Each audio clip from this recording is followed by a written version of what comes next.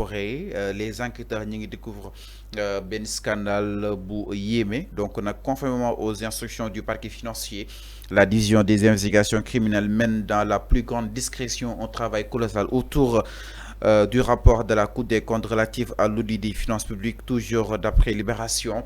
L'audition d'Abdoulaye Bibi Baldé s'inscrit pleinement dans ce cadre. En effet, ce dernier a été discrètement introduit le mardi 26 août dans le volet dit justement du ce que je sais pas. Dans son rapport, la Cour des comptes avait pointé de graves irrégularités sur le montant justement de 14,4 milliards. Une partie substantielle n'avait pas été reversée au trésor. Madame montant bobu nak partie bien partie bi delaw ñu ko fausse trésor.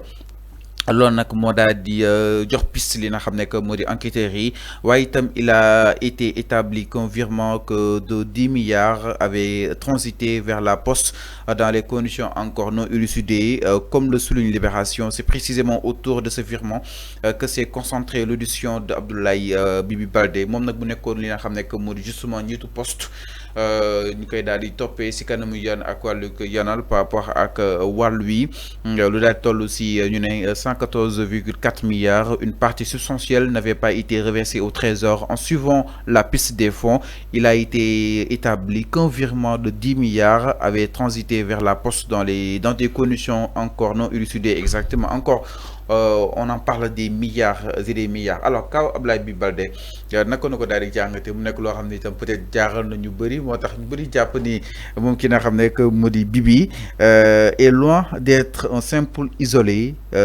Il constitue l'arbre qui cache la forêt. naka na ko daal di jàngate. Oui, c'est les hommes forts de Macky Sall. C'est les hommes forts de Macky Sall. Tu parles des scandales dans l'ancien régime. C'est le régime de Macky Sall. C'est Macky Sall qui avait conduit Bibi Baldé au niveau de la poste. Ñun dañoo yaakaar ni ñun sénégalais yi écoutez bien poste nekkoon na ci ay tolof la poste ñu ñuy wax ay Siré Dia wax ñi tuumal ay nit ñoo xamante ne ñoom ñoo nërmel poste un recrutement abusif au niveau de la poste mooy maanaam dañoo yenn poste lu mu attanul recruter ay nit yoo xamante ne amuñu fa sa liggéey di leen fay salaire ñu xëy poste boobu dem ba nekk ci fayit léegi ñun sénégalais di poser ay questions nan la ñuy fexe ba poste boobu dem ci fayit ñu soqaliwaat ko mooy maanaam andi la poste fu mu nekkoon ñun sénégalais yépp dañ doon interroger wu ci ces questions là dañ doon xalaat Macky Sall ñëw ne ni moom am na solution bi Macky Sall moo ko wax ni am na solution pour poste mën a ñëwaat fu mu nekkoon ñu ne ko aywa doxalal mu dem andi Abdoulaye Bibi Baldé mu dem andi Bibi Baldé ñëw nommé ko directeur de la poste ba mu ko nommé directeur de la poste ñu ne dañuy def ay audit au niveau de la poste pour xool ce qui ne va pas au niveau de cette institution là Abdoulaye Bibi Baldé dafa ñëw matul weer mu am scandale dafa ñëw au niveau de la poste matul weer scandale am Abdoulaye Bibi Baldé boobu entre moom et les autres directeurs ñu am un conflit ci xaalis toujours xaalis des virements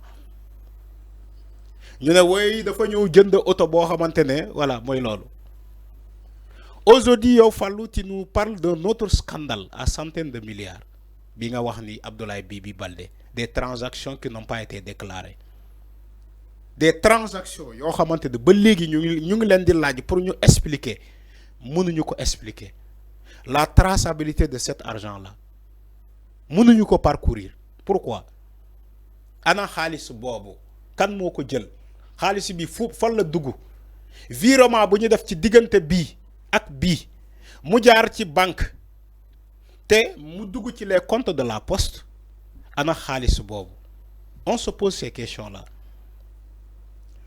c'est toujours dans la reddition des comptes c'est toujours dans la reddition des comptes ces personnes là doivent rendre compte aux contribuables sénégalais parce qu'ils ont détourné de l'argent. C'est un détournement. Quand on te demande des explications sur une somme d'argent, tu n'arrives pas à expliquer, on peut considérer que ça comme un détournement.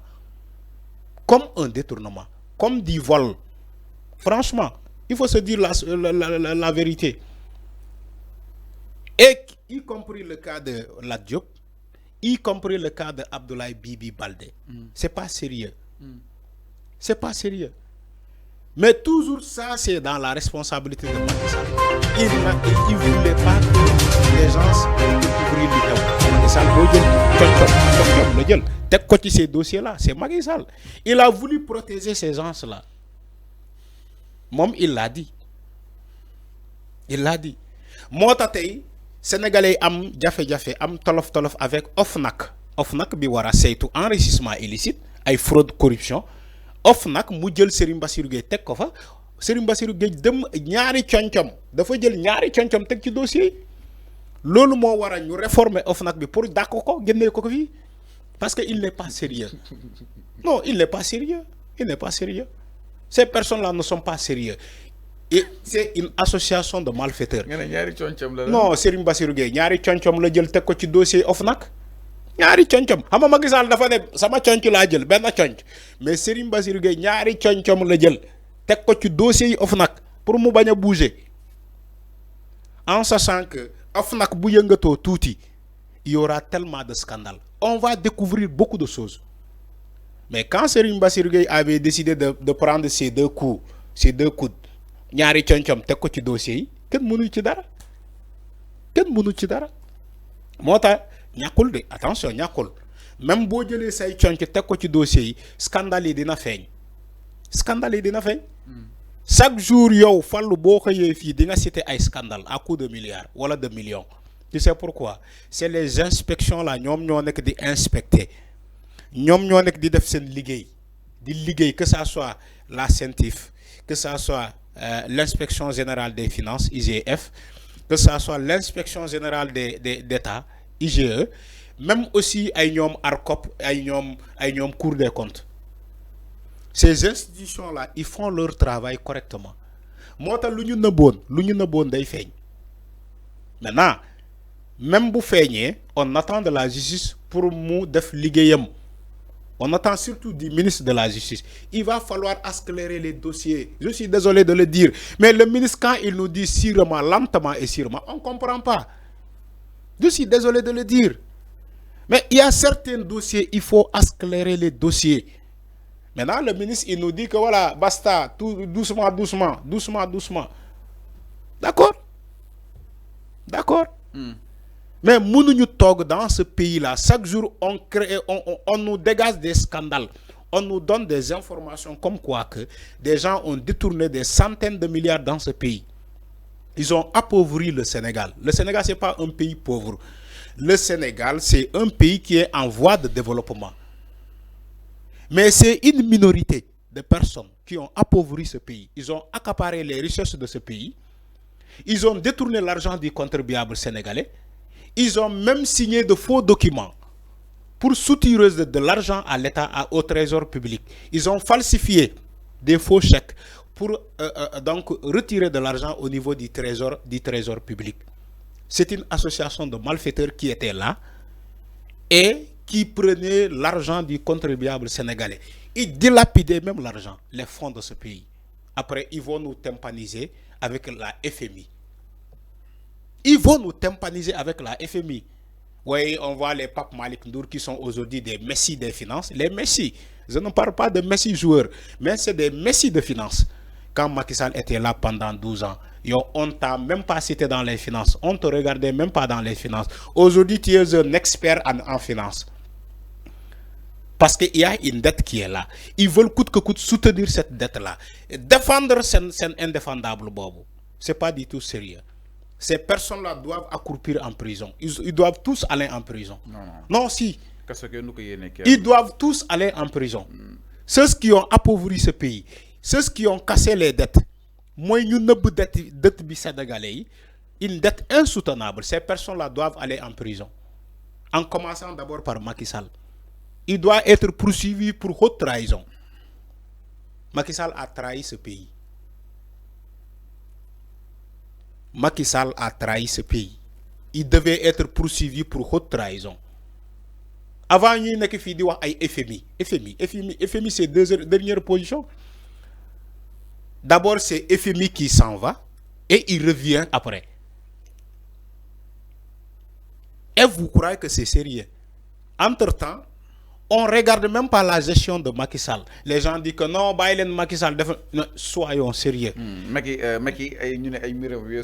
Sall doit être poursuivi pour haute trahison. Chaque jour,